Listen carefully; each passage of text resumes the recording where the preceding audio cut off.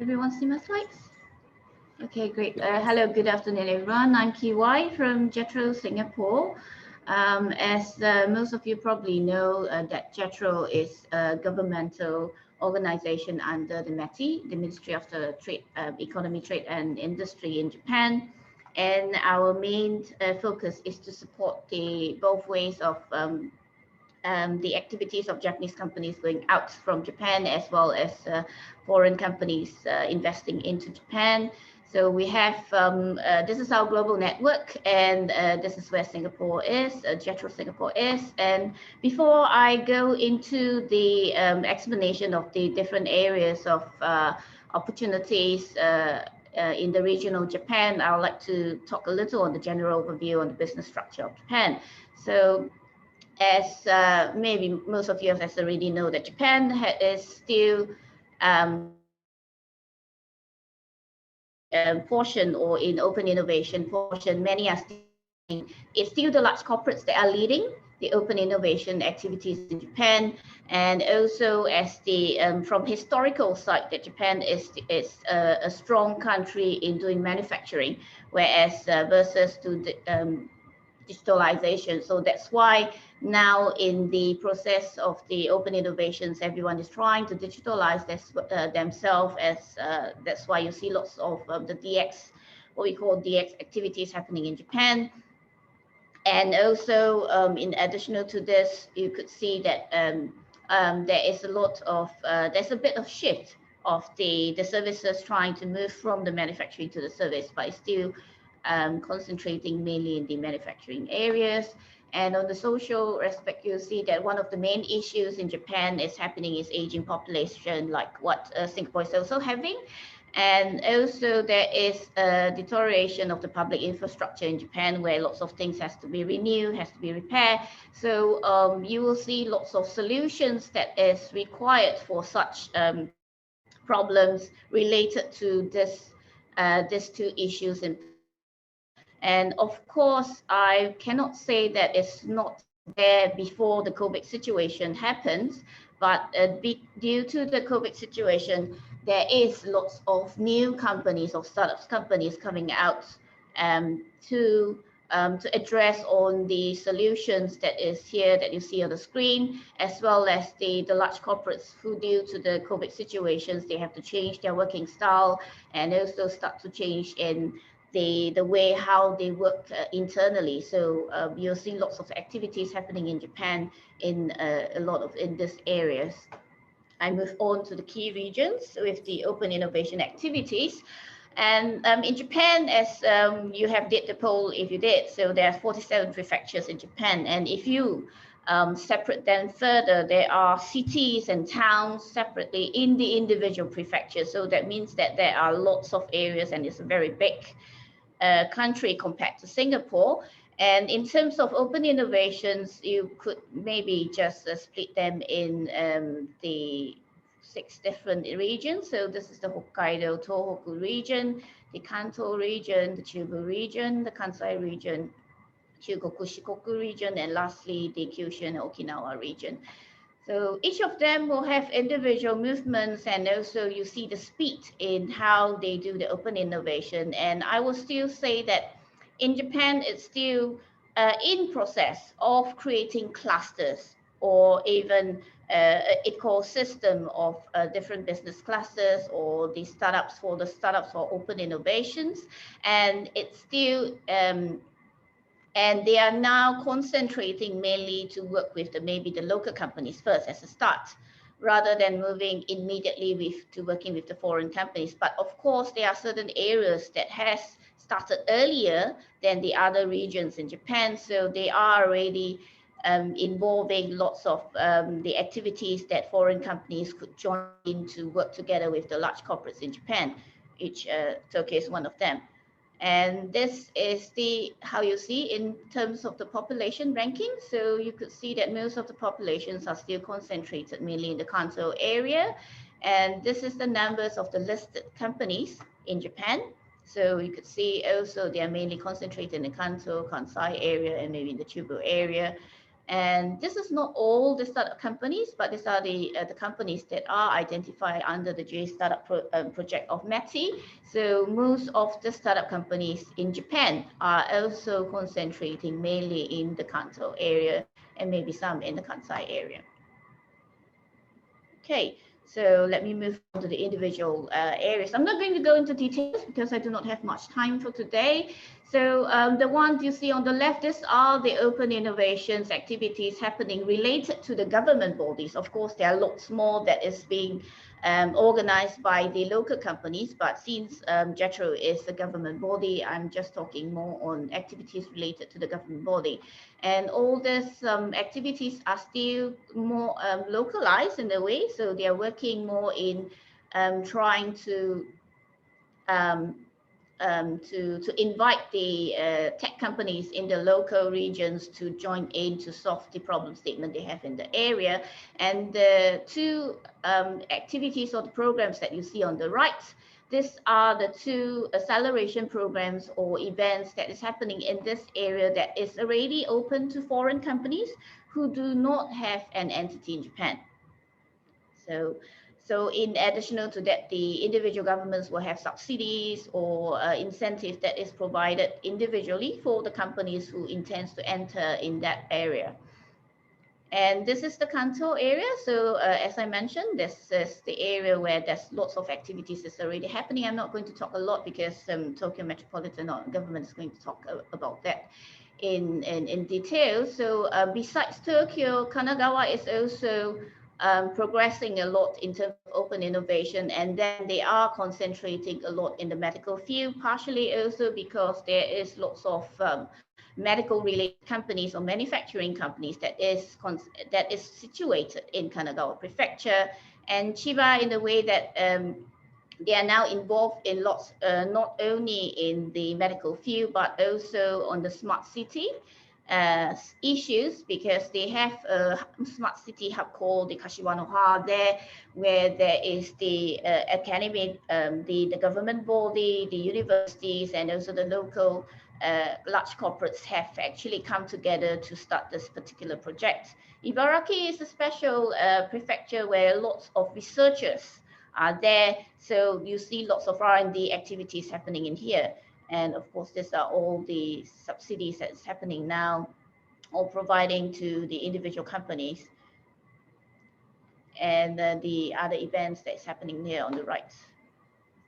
Okay, and Chubu area is another area that that is in the central of Japan and in the island. And I think most of the people, when they talk about Chubu, probably only know about Aichi, that where Nagoya is situated, and also this is also the area where Toyota is situated as well. So lots of things related to mobility, to robotics issues is already there. And Aichi usually group the whole area together to do acceleration programs or to invite open innovation activities. And some of them does invites overseas companies who do not have an entity in Japan.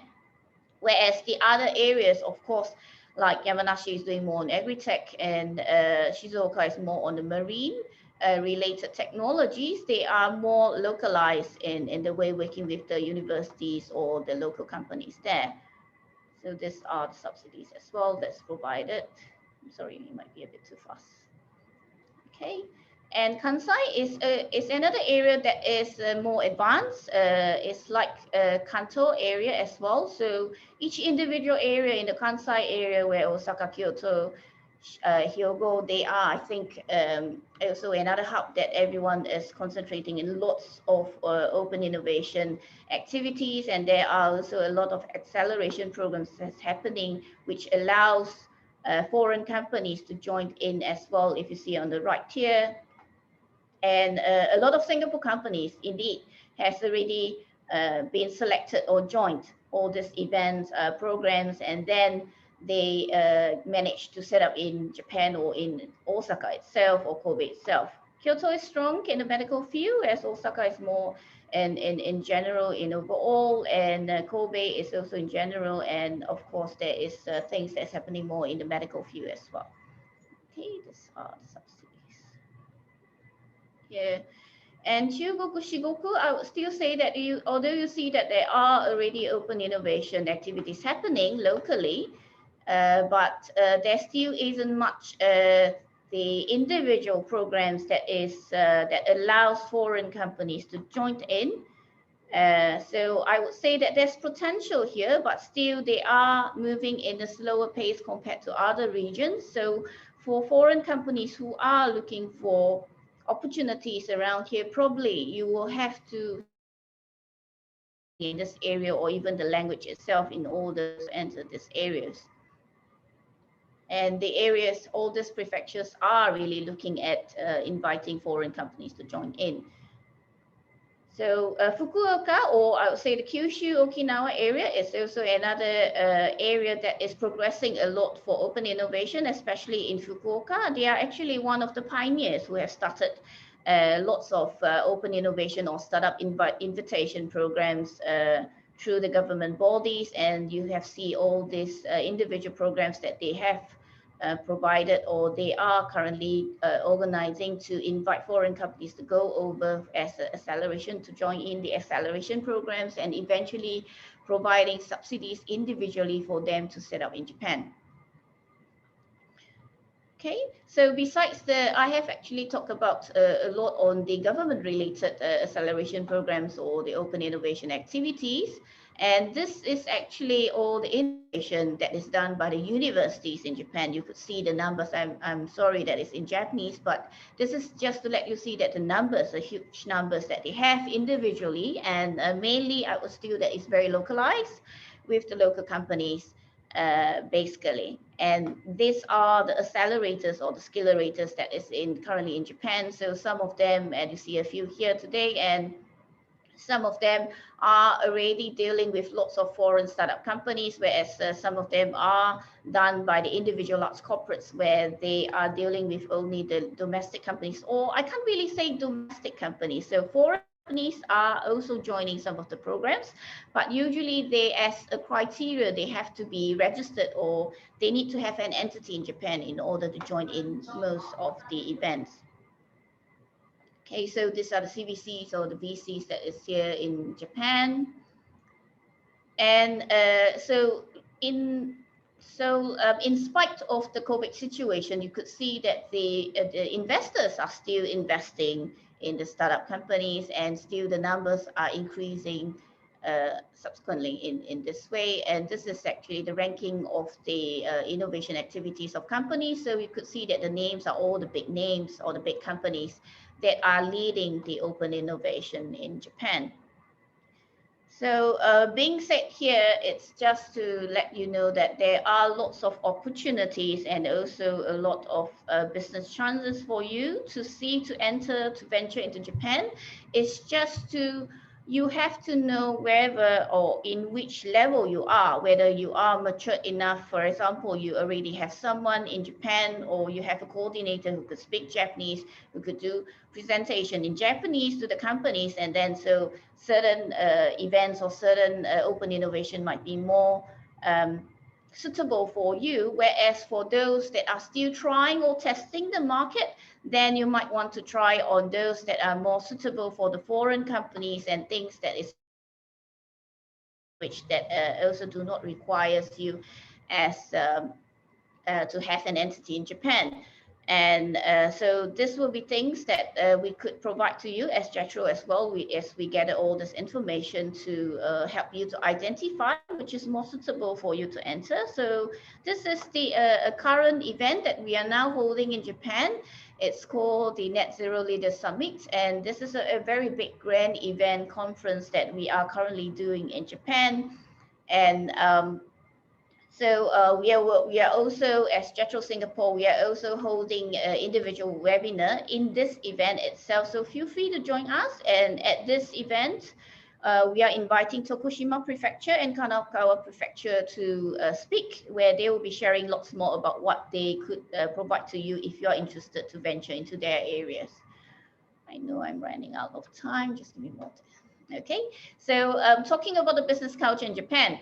So Japan is a very unique society, I would say. So in order to do business with Japan, you need to understand how to communicate with them. So it's not only on conveying on your technology or what you can do, but it's really to let them know or to share the same mindset that what you're trying to work with them. So they'll have lots of questions in asking you, and then it's quite a long process for them to make the decision making. So sometimes you really have to be very patient in waiting their reply in whatever you're trying to ask them, or when you make an inquiry to them. And usually they decide things in a group. So it's not a one person decision, it's usually a decision making in a group. And then there is, I would still say, there is a language barrier there in terms, so things might be in the beginning, it's still okay to speak in English for the simple overall explanation, but when it comes to details or to the final decision making person, it's in most of the cases you still have to do a presentation, or you have to provide certain information in Japanese. And so they always ask for information about the company or what you do. So it's not only you have to do presentations, but you have to prepare certain materials for them to provide, and always be precise in what you're trying to propose to them. Because I've met lots of startup companies who always say that we can do everything and anything for you, but to them it's you are not actually giving them any answer, because they have different, especially large companies have lots of different divisions where they do different things. So if you're not precise, you won't be able to meet the right person that you want to talk to. So as I mentioned, to be patient, and also it's a very long-term relationship. I'm sorry, but this is the last portion. Just let me finish this. So so now you're considering in enter into Japan. So I'm just to let you know what you could tap on from JETRO. So I'm not going to talk about this. So for JETRO, as one of our main activities is to facilitate innovations activities with the Japanese companies and the foreign companies. So this is done either in Singapore, in outside Japan, and also within Japan. So the DX platform is something that we are doing outside Japan, and this is in particular in Singapore, where we do business matching and also events to allow Japanese large companies to work with the foreign tech companies on a certain problem statement that they have for the markets outside Japan. As this is something similar where we have started called the J-Bridge, and this is everything that is done for the problem statement within Japan. And these are some other events that is not organized by JETRO, but we are usually the nominee committee, where we nominate the companies to join in to participate, and usually through these events they get a lot of business opportunities to work with the large companies in Japan. And besides the innovation side, so we have another portion for companies who already have ideas in setting up in Japan. So these are all the consulting services that we are providing for them when they are looking at the incorporation, or when they are looking operations, or understanding the market, to know about that we have market reports and customized market reports, or even industrial specific advisors for them to know more about the market. And when they have succeeded in setting up in Japan, they could get a PR support by being able to post their press release for free on certain media platform in Japan. So all our services provided are free, and we just need to register the company as a supporting company on JETRO. And this is the hardware that we have. So we have temporary business offices in six major cities in Japan, where companies are able to make use of 50 working days. Free of charge. Just a few more slides, I'm sorry. So so this you will be able to make use, and also we have offices covering all the prefectures and cities. So this is how we get the information, I understand. And so to get use case. So lastly, so we have lots of programs and things that we could introduce to you. So feel free to talk to us. These are our past results and all the case studies that we have done. So please talk to us, and anything, just we look forward to hear from you. And I'm sorry we do not have enough time, so I look forward to Q&A if you have any questions. Sorry, Leah. Thank you so much, KY, for going through the insightful coverage on the startup culture and ecosystem in Japan. Next up, we are going to narrow our focus down to Japan's capital itself, which is Tokyo. So we will have Wayne from Accenture Singapore representative for Access to Tokyo under Tokyo Metropolitan Government joining us. But before that, allow me to invite Ryoko Tagawa, the Director of Attraction of Foreign Companies under the Strategic Projects Division for the Tokyo Metropolitan Government. So without further ado, let me just invite Rieko-san. Rieko to give a few words. Rieko? Hi, thank you for the introduction. And hello everyone, I am Rieko Tagawa from the Tokyo Metropolitan Government. Thank you very much for joining us today. I'd like to extend my sincere appreciation to ACE, Action Community Entrepreneurship, One&Co and OneDotAce for co-hosting this webinar and helping us engage the startup ecosystem in Singapore. Also, I would like to express my sincere gratitude to the guest speaker, Ms. Kiewai from JETRO, who provided the insight to Japan's innovation ecosystem and introduced their support initiatives. Thank you. Today, we will share details of what the Tokyo Metropolitan Government offers under the Invest Tokyo initiative. Before that, I would like to mention that we are in the midst of the Tokyo 2020 Olympic Games. As a host city, we will continue to take the right measures to ensure safe and successful participation of all athletes and those taking part.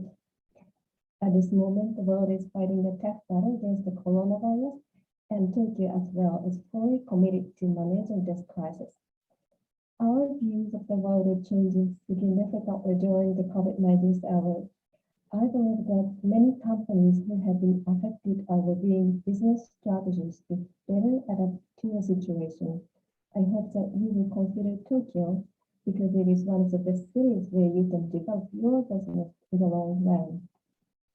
Looking ahead to the post-COVID world, the Tokyo Metropolitan Government is fully committed to achievement of the sustainable recovery where people and businesses can continue to flourish in any situation.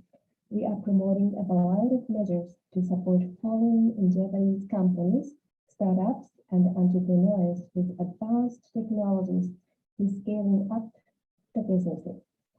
To attract foreign businesses to Tokyo, our services are available based on the varying levels of interest or readiness. I hope that today's program will help you find unique business opportunities in Tokyo. Now I will pass on to our Access to Tokyo Singapore member. We will share a few tips on the Tokyo ecosystem and introduce our Invest Tokyo support services such as the Tokyo Financial Award, which is aligned with the broader global financial cities of Tokyo vision. Access to Tokyo operates our international consultation desks with a key role to connect Tokyo with world cities, and we are always in close contact with them to bring you the latest news. I hope today's session will help you imagine what it would be like to do your business in Tokyo. Please feel free to ask questions to our Access to Tokyo members during the Q&A section. We look forward to welcoming you here in Tokyo in the near future. Thank you very much. Thank you for that, Tagawa-san. I think next up we have Wayne from Accenture. Yep. Yeah. Thanks, Leah. I think Tagawa-san is unable to join us further because she has to rush for a second appointment. So I think Wayne will take over as well to give an introduction, more particularly to with regards to Tokyo itself. So Wayne, please. Thanks. Sure, thanks, Leah. And also thank you, Ms. Tagawa-san, for sharing. It's great to listen and learn firsthand about Tokyo's ambition to make it easier through direct support for foreign companies as they kickstart their journey into the Tokyo market. So hi, everyone. My name is Wayne, and I'm from the Accenture Strategy and Consulting practice in Singapore. And for the past 2 years now, I've been part of the Tokyo Metropolitan Government's Access to Tokyo team, supporting their ambition to drive expansion of foreign technology companies into Tokyo. I'm very excited today to share with you more about TMG's ambition, a short overview of Tokyo's growing technology market and funding landscape, and a deeper dive into the various support initiatives provided by the Tokyo Metropolitan Government's Invest Tokyo program. So the person you see on the screen is Ms. Yuriko Koike, Governor of Tokyo, and she has the vision to turn Tokyo into a global megacity that fuels the growth of Japan's economy. As part of that ambition, Tokyo aims to become the world's most open city and the #1 startup city in the world to drive technology innovation. TMG is aware that in order to achieve that, it will require the participation of international businesses, startups, and entrepreneurs. As such, they have been actively promoting a variety of support measures to accelerate and support their expansion to Tokyo, which is what I'll be sharing with you more about after a really brief market overview. So where are some of these opportunities? Let's take a quick look at the Tokyo market's trends and some of the emerging technology industries and the changing funding landscape. Many of us will already know Japan as the third largest economy in the world by GDP. In turn, this makes Tokyo one of the biggest and leading economic cities in the world with close to 14 million citizens, almost 3 times the amount of Singapore. Secondly, it is the international business center of Japan and has the largest number of global company headquarters in the world at close to 650 as of 2018, of which 53 of them are actually Fortune 500 companies, right? This signals high amounts of opportunities for companies, for sales, and for collaboration with the global giants. Thirdly, it is home to reputable universities like University of Tokyo, Keio University, and Waseda University, creating a healthy ecosystem of talents for you. In fact, these up-and-coming universities have produced some very reputable deep tech startups like Bionic M, which develops robotic prosthetic legs that provides motion assistance, and Restore Vision, which is researching visual restoration gene therapy for the visually impaired. Lastly, the startup investment amount for Japan returns an average of 18.5 compound annual growth rate and has been consistently growing, right, in terms of total funding over the past few years, as shared by Kiewai before as well. With these facts and figures, it is no wonder that Tokyo sits high on the Innovation Cities Index and the Global Startup Ecosystem ranking at number 15 and presents great opportunities for international startups. So where are some of these opportunities in Tokyo, right? So do note that what you see on the screen is based on the latest information available and has not yet considered the impact of COVID-19. But we can view this in markets in either 2 ways, right? Either by technology or by industry. Based on technology, the AI and blockchain market is currently small, but as you can see, the expected annual growth rate is extremely high, indicating great opportunities for players in the space.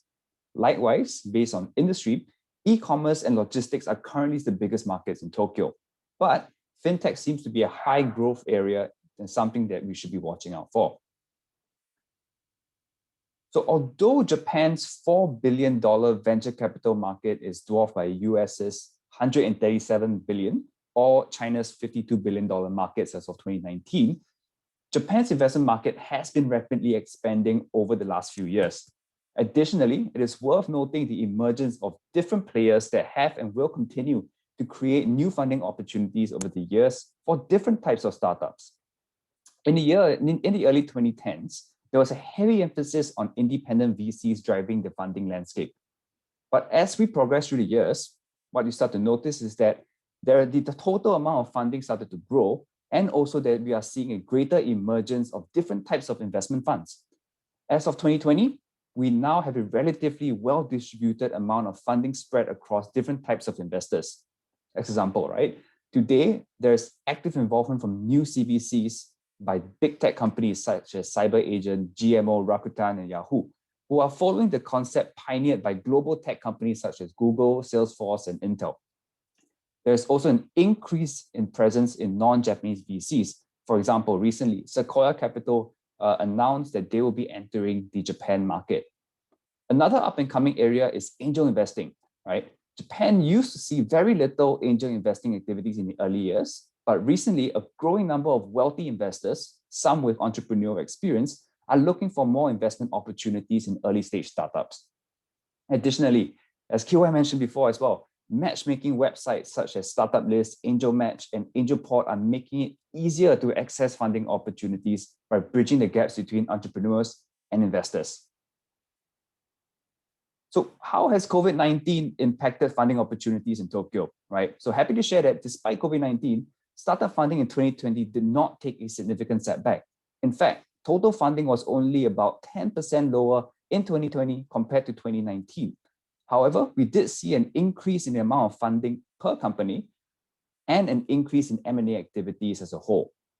Additionally, we started to see an emergence of new investment funds, particularly in the space of ESG, right? Environmental, social, and governance. And this is a growing topic of interest in Tokyo and is one of TMG's key focus in the coming years.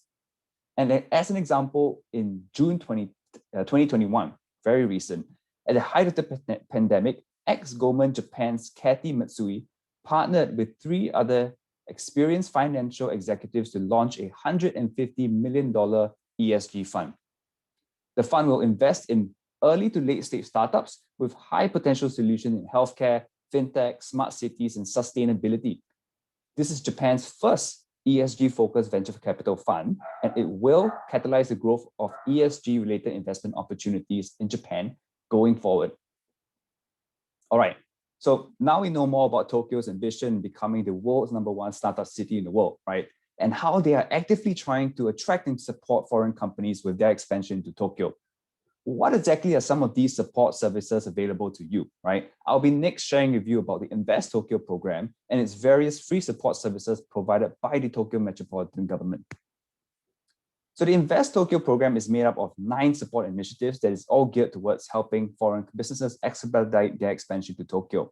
These services are available at various points in your expansion journey, all the way from considering your initial interest in the market to eventually establishing your office in Tokyo and starting business. There's a wide spectrum of services. To name a few, there is the Business Development Center and the One-Stop Business Establishment Center, right? Number 4 and number 5.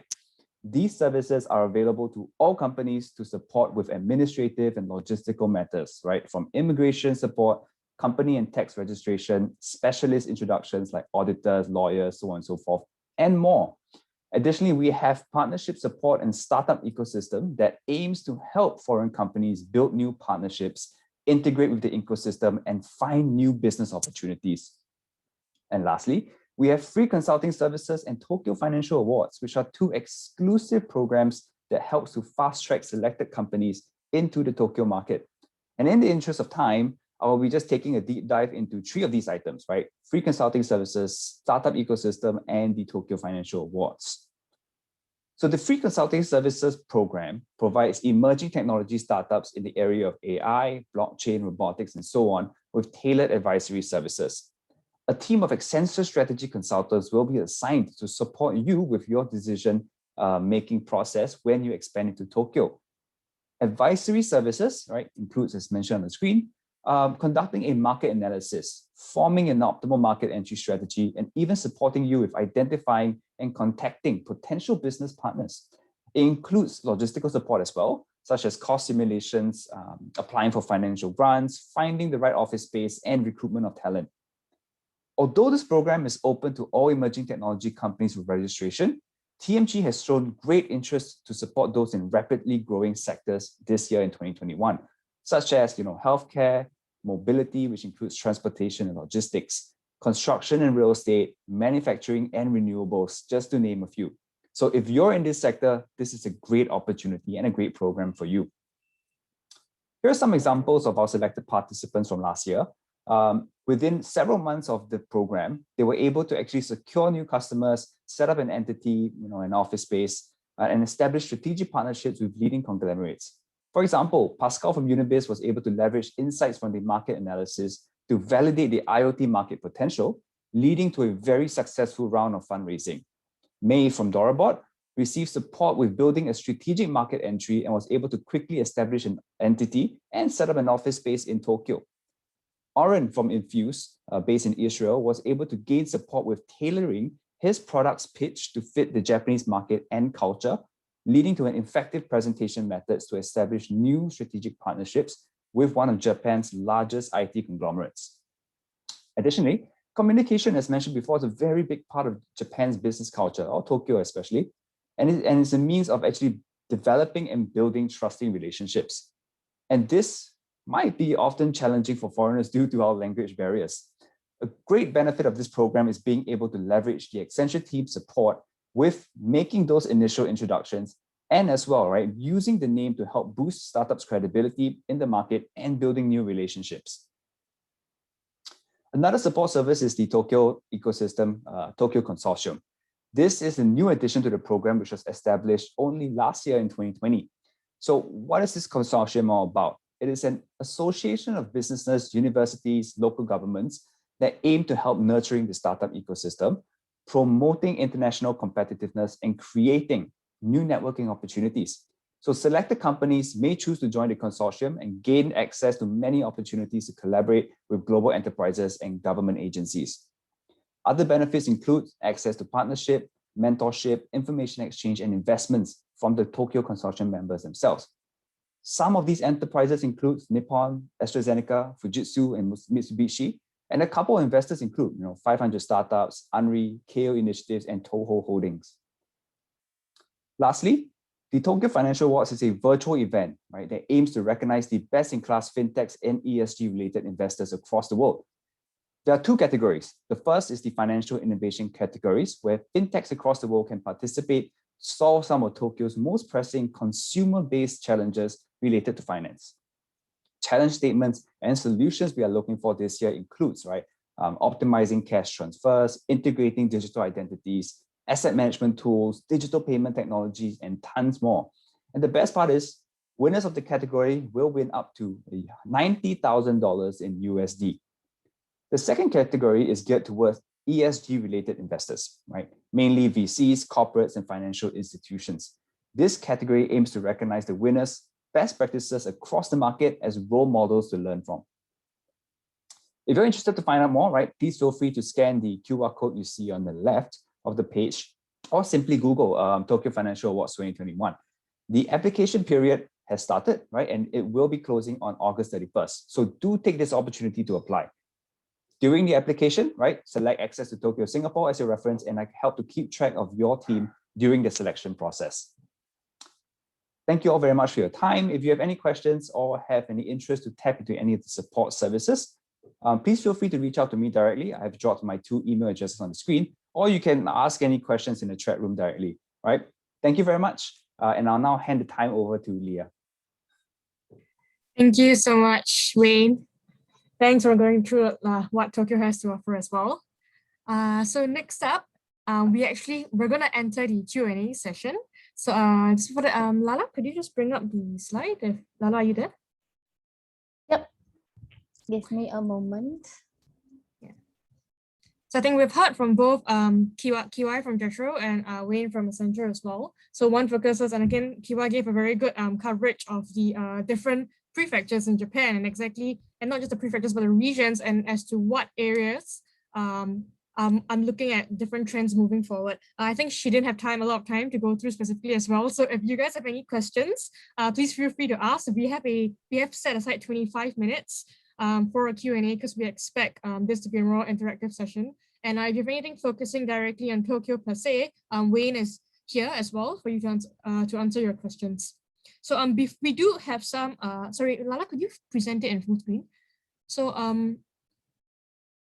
yeah, so we do have some questions that came in through the registration form already. But before I put those out, are there any questions from the audience? Sorry, I missed out something. Right before we go into the Q&A, we do have Ace and .D, who are our co-hosts, who will also be joining the panel. Can I just give them a very short 5 minutes together to give an overview of what they have to share? Sorry, maybe Saken, you go first from .D. So sorry about that. Yeah, no worries. So let me just share the screen just to walk through some things. So again, we were really excited as .D to host this event because we really enjoy helping different companies, different startups enter the Japanese market. We've been doing that for many years, both as a company and individually. And so at .D, there's a brief introduction, but we're basically a venture builder. What that means is that we actually create new ventures and new businesses internally as well as externally. Internally with our own developers and our own team, but also externally with other large corporations and other startups.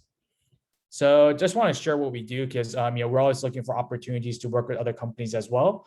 Within our own portfolio, we are developing a pet tech app, a ed tech app, as well as a communication platform.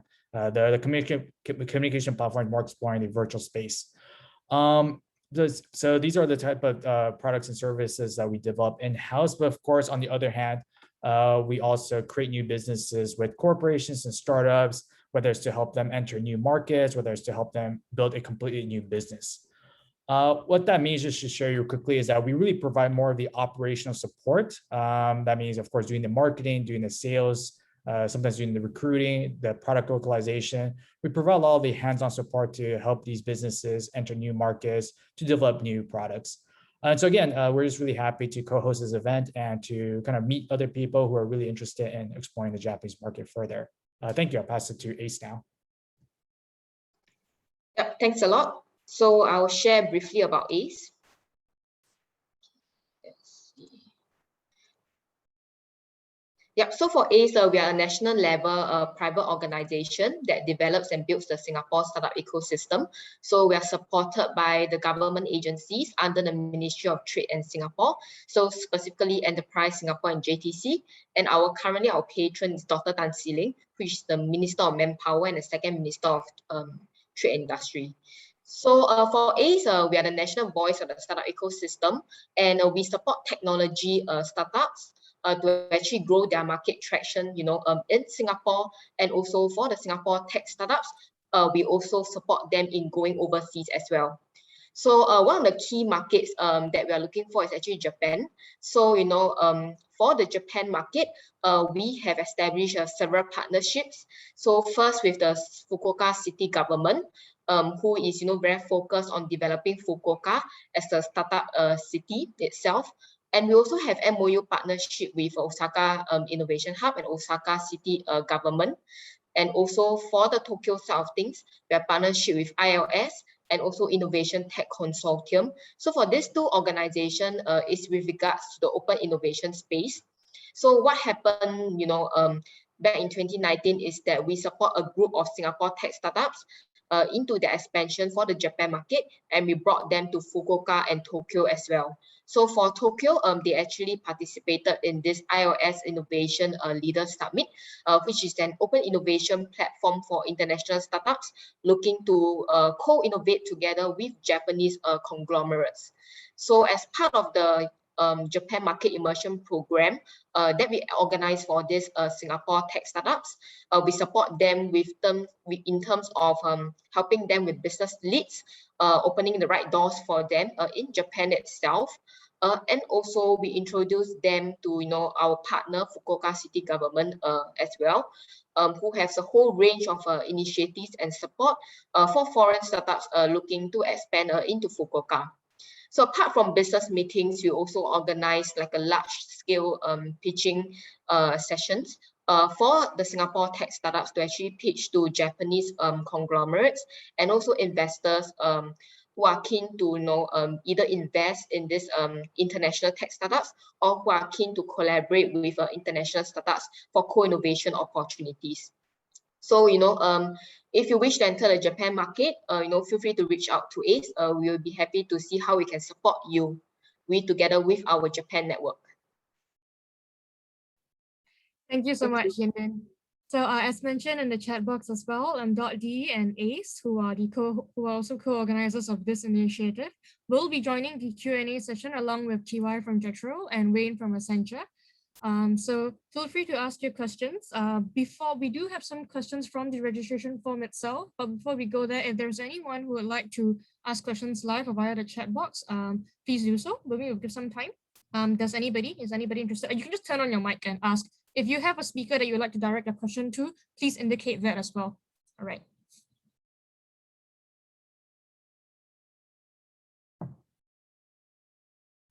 If not, then is there any questions from the ground? Okay, then we do have some questions from that came in through a registration form. I'm not sure if they're here today. So maybe perhaps Kiewai, could I get you to answer this first? The question is, what sectors and what type of technologies will we see more entering the Japanese market in the next 3 years?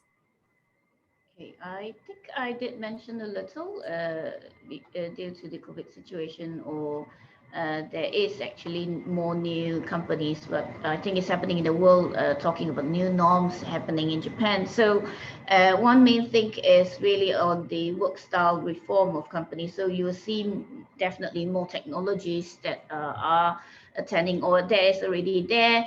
And also things that is happening for smart city related. A lot of the different prefectures or cities are currently trying to really go for the smart city initiative to create more, to to solve more problem statement that's currently happening in that particular prefecture or city. And some are progressing a bit faster, some are still looking. And of course, in telemedicine, I would say it's also something that everyone is looking a lot in this area, and we do also see lots of new companies coming out either in Japan and from overseas who are trying to go into the Japan market. And last but not least, when you have everything that is on the online platform, cybersecurity is definitely the main issue that will lead to this, to all of this. So cybersecurity related companies or technologies, there will be definitely more things that is related. So I would see things that will be happening there. And also lastly, the government in Japan as overall is now looking at the main issue of carbon neutral. So meaning that from the government level, we are trying to create more opportunities or to have more technologies relating to this particular category in Japan. So we will be seeing more activities that's related to this sector in particular. Thank you so much for that, Kiewai. Perhaps, I think, Wayne, I think you have something, do you have anything to add on to that? I think you mentioned that you were mentioning something as well. Yeah, so actually, I think Kiewai summarized it extremely perfectly already. There isn't much I can add on, but yeah, just to re-emphasize again, the Tokyo Metropolitan Government is focusing on a couple of industries to grow this year in particular and the next year as well, which is in the space of, again, right, healthcare, mobility, real estate, construction, manufacturing, and renewables as well. Okay, thank you so much. I think so does anybody else have any questions from the floor?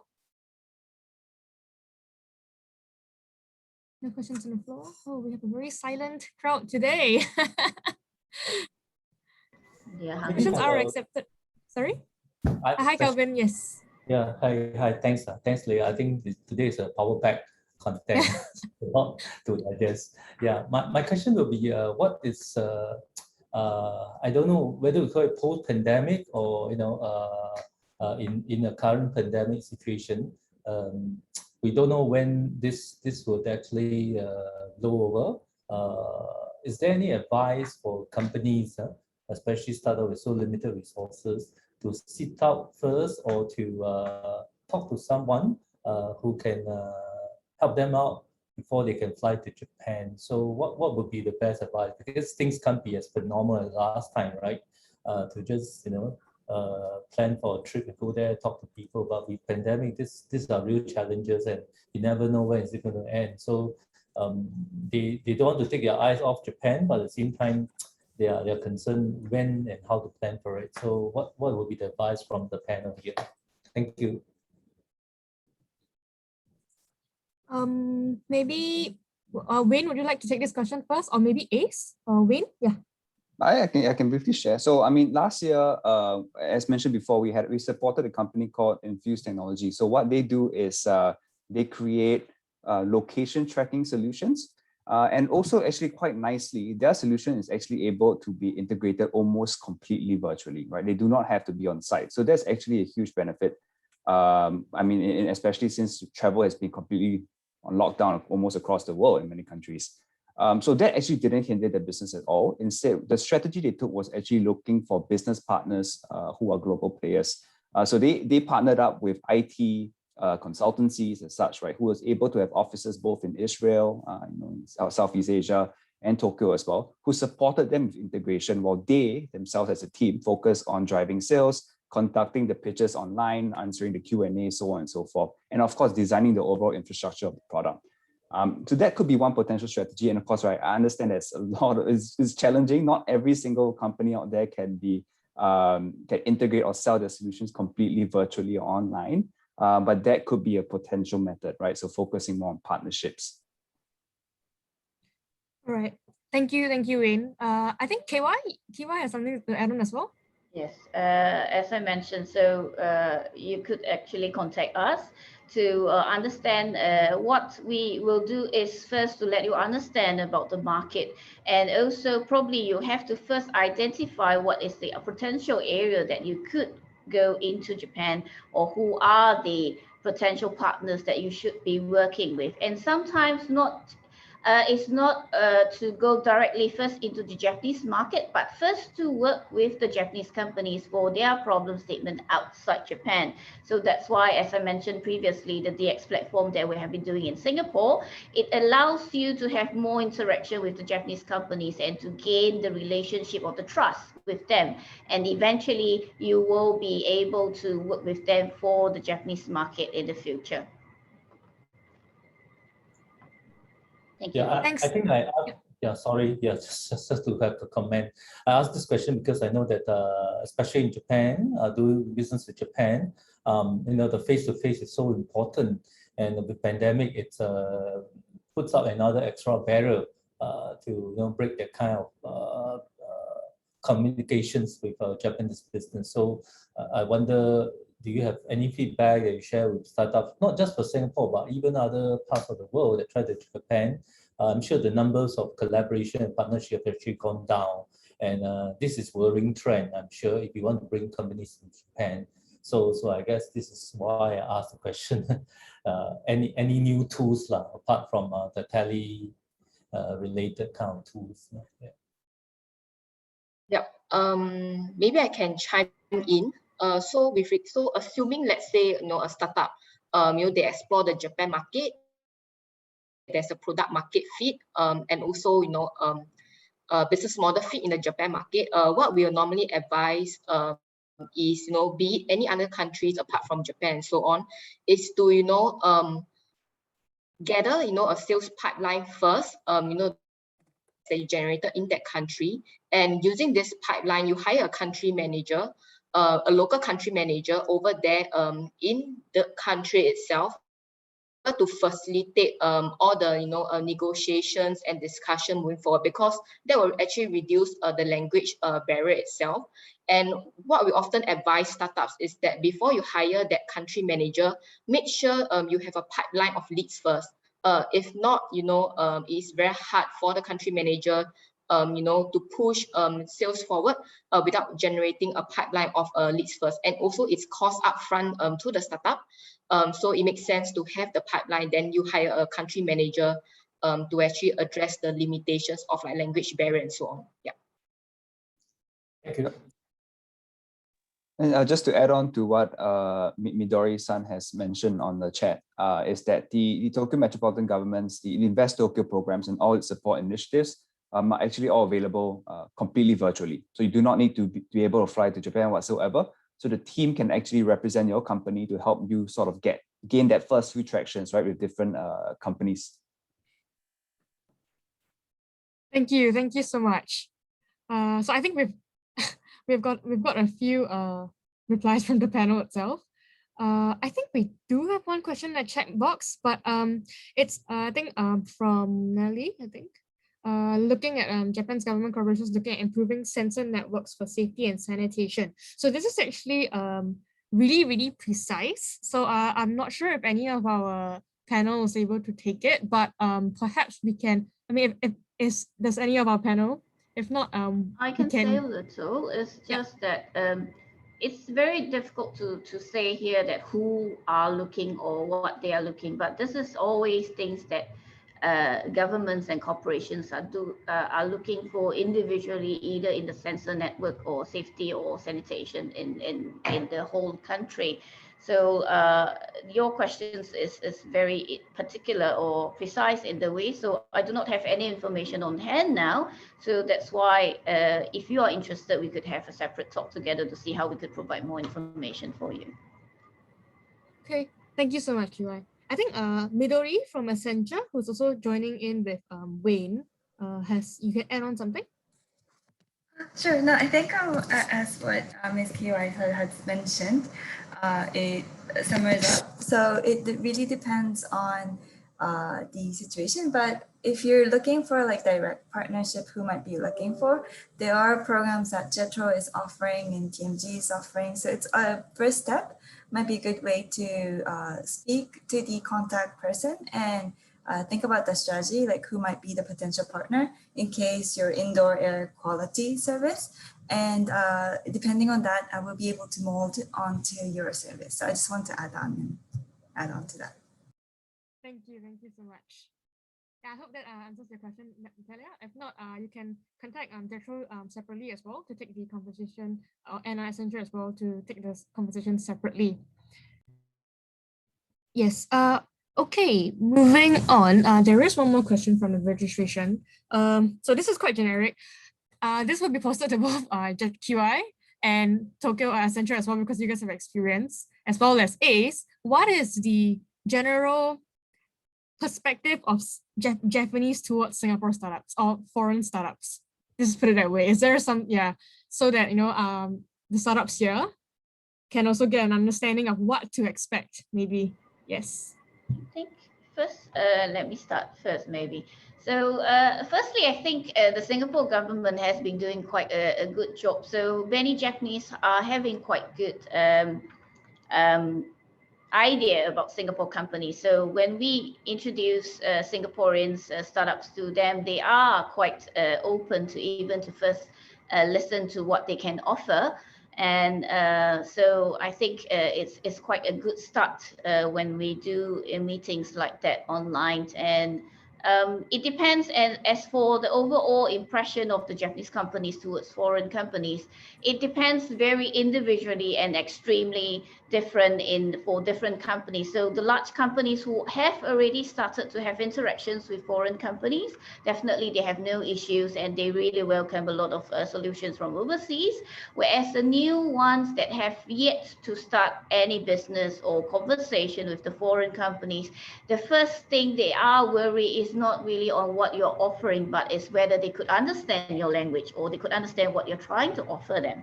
So that's why even ACE has mentioned that having a country manager or having a coordinator to try to break the ice, to talk to them in the language that they are more familiar would help. And for those new companies who are trying to start with foreign companies, whereas the bigger companies that have long history or more experience in working with the foreign companies, I don't think there's any problem for that. Right. Thank you. Wayne, do you have anything to add on to this? Or rather, actually, I think especially Yenlin as well, because you guys have brought like a few groups of startups to both Fukuoka and Tokyo. I'm sure like the partners or like you guys get a general sense of what it's like there when Japanese corporates, try to work with local startups as well.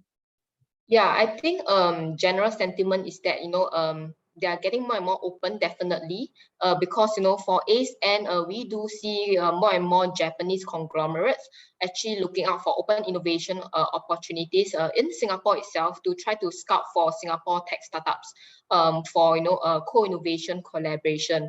So this is a trend that we see, and as well as on Japan's side of things for corporate innovation, they are including more and more international startups into their programs and into the collaboration scope. So we do see it's a very promising trend, and that is why on the Singapore side, we see more and more Singapore startups looking to actually expand into Japan because the Japanese conglomerates are getting more open. Yeah, this is my general sentiments. Okay, that's good to hear though. I mean, to see an uptick in that. Wayne, you have anything else to add on? I saw that you unmuted just now.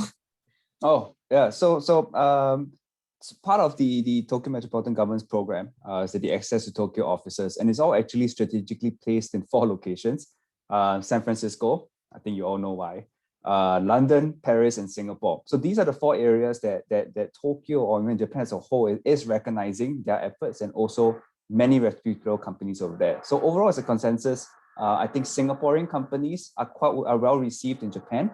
Or Tokyo, and additionally, right, there is actually been more push now to actually be more receptive. So we are seeing more conglomerates accept proposals or pitches in English instead in the past where you used to have to be in Japanese whatsoever and stuff like that. So this is great opportunities for foreign companies, especially Singaporeans. Right. Thank you so much. And for those who are also interested in corporate innovation and how that works, we actually do have a session in October, if I'm not wrong, looking particularly at CVC side and our corporate innovation. So you can tune into that if you're interested. Okay, I think we have just one last question also from Natalia. Hold on. Sorry, I can't see the chat on my end. Yes, I think the question is, are there any online platforms or perhaps, I guess, I think I'm guessing consulting firms will work as well, online platforms that list Japan, that list help for recruitment, looking for local personnel. So I think she mentioned that LinkedIn is not very popular. So if any of our panels have any suggestions. Okay, so I could maybe I could talk a bit about how we recruit, at least in Japan. But yeah, as you mentioned, because of course we recruit a lot of developers, a lot of our internal team members, both in Japan as well as overseas. But I would say, as you mentioned, LinkedIn is very sometimes very difficult. The ones that I would say that we use internally, for example, I could share is like Wantedly. That's usually pretty popular. There's another company called BizReach. I'm not sure like how easy it is to use if you're a foreign company. Maybe some of the sites are in Japanese, but of course a lot of times it'll just be personal referrals.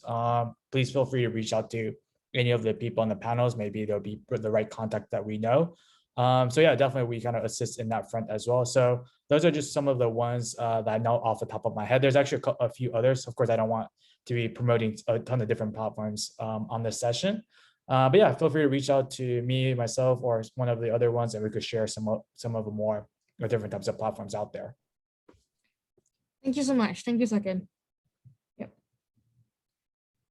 Okay. I think we're actually left with not much time. So I think one last question that she had was, are there any online platforms that list open innovation opportunities in Japan? From what I know Singapore itself, there is an open innovation platform that looks at working with Japanese corporates, for startups and Japanese corporates, but I'm not sure on Japan's end, is there one that lists open innovation opportunities in Japan? Perhaps Kiewai or Wayne yourself, you're able to add on to this?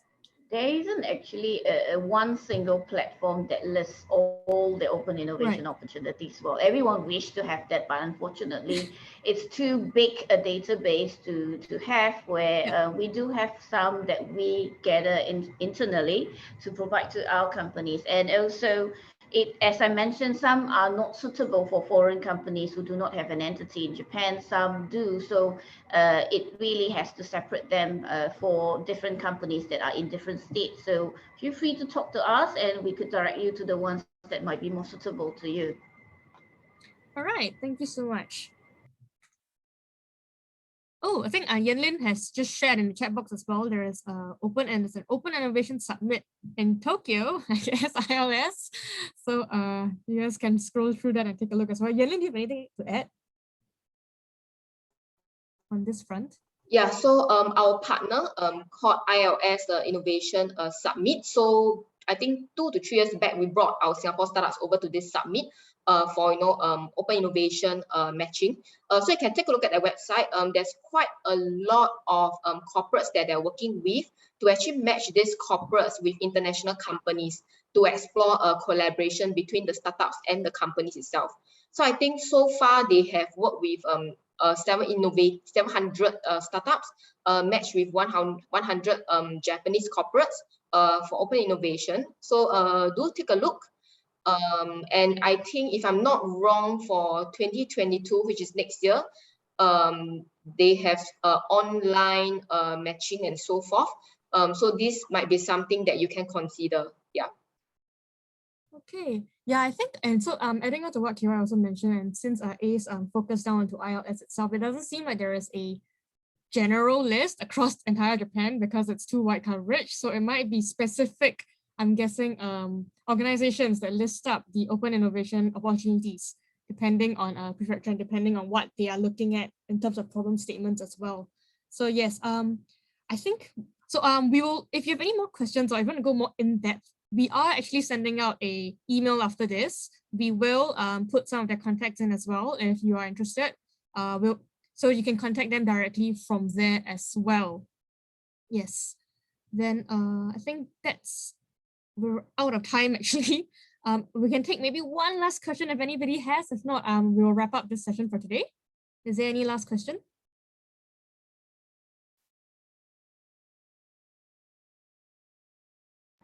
Can I just add just one more thing, that some of the open innovation activities or problem statements are not publicly announced.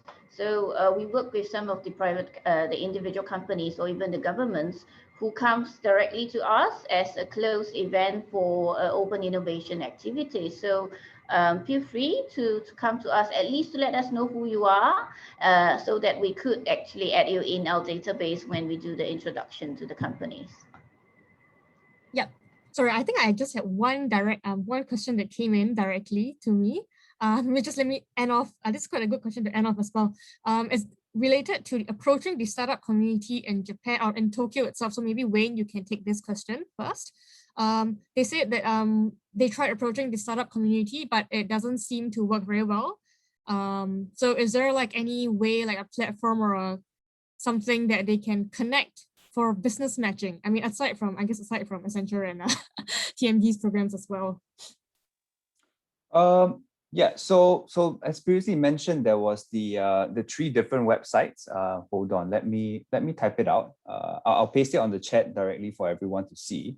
You can check out those websites, and of course, right, if you need some support or you want to become part of that ecosystem, you can always submit a registration here. I've just dropped the link to become part of that consortium in Tokyo. I'll share more information on the chat directly, Leah. Yeah, thank you so much. But maybe Ace also, I think Yen Lin, because you guys have experience, you guys have been working with Tokyo partners so quite often, and then you guys also understand the Tokyo startup ecosystem there. Do you have any advice that you can give with regards to why it seems to be very difficult to approach the startup community there? I think it's easier to leverage, on Singapore organizations who have connections in Japan itself. So feel free to reach out to Ace. We can connect you with our overseas partners in Japan, be it the Osaka government or Fukuoka government, and so on. So yeah. Okay, thank you so much. So we have to close the session for today, because I think some of us have appointments after this. Yeah, thank you everybody once again for joining us. Before we end off, we actually just to highlight, and maybe Lala, you can just share the slide. The next session, which will be held on the 27th of August, will be focusing on fintech. So we're looking particularly at we're going to talk about rebundling, and then we'll have someone who will come in to speak about the DeFi scene as well in Japan, specifically looking at credit scoring and how that is changing, and how it's using blockchain technology to affect credit scoring as well. So for those who are interested in a fintech, do join us on 27th August. These are on the right side. You can also see the other sessions that are planned out for the months ahead. Particularly, I think there are some people who are interested in the fundraising scene, which both Kiewai and Wayne has touched on. We will be covering this in a panel discussion, both for the CVC side and the VC side. So do tune in if you're interested. If not, then we just have a very short poll that we'll appreciate if everyone could help us do before you leave. Then we'll end up the session. Thank you so much for joining us, and to our panels, to our speakers as well. Thank you. And maybe Lala, you can just launch the poll, and it will be very helpful if everybody can help us fill in that. Thank you.